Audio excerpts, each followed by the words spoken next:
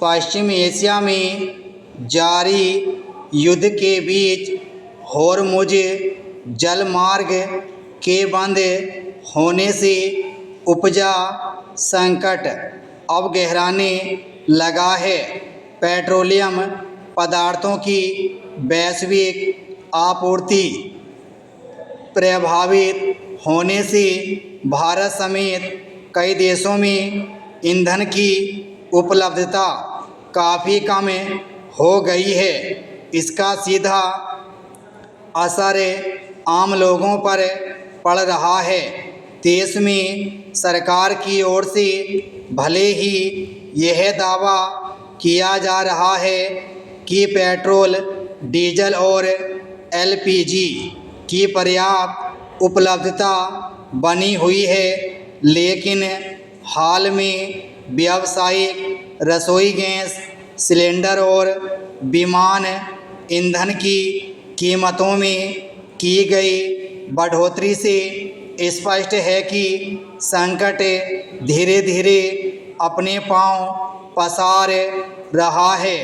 खासकर देश भर में घरेलू रसोई गैस की आपूर्ति में देरी को लेकर जिस तरह के हालात बन रहे हैं, उससे लोगों में कई तरह की आशंकाएं पैदा हो गई हैं। इस बीच पेट्रोलियम उत्पादों की जमाखोरी और कालाबाजारी ने समस्या को और बढ़ा दिया है।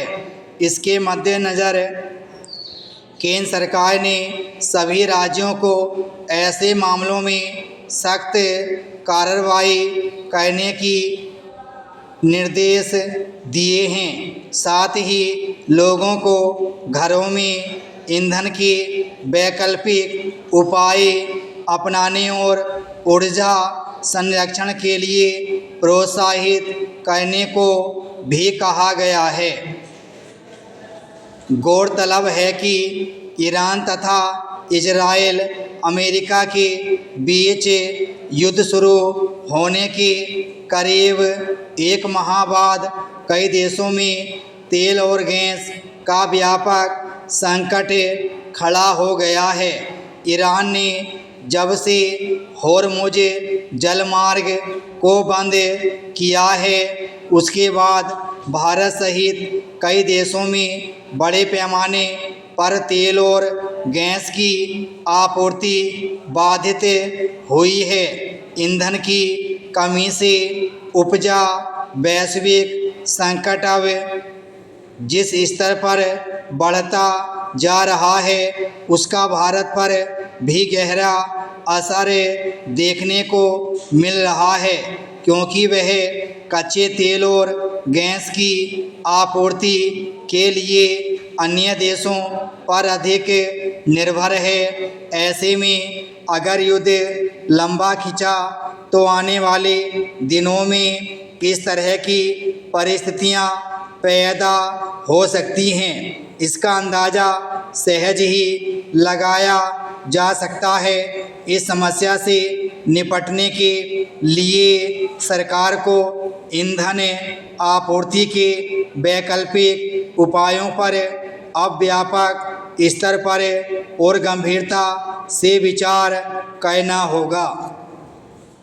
देश में सरकार के समक्ष चुनौती सिर्फ तेल और गैस की कमी की ही नहीं है, बल्कि इसकी जमाखोरी और कालाबाजारी पर रोक लगाने की भी है।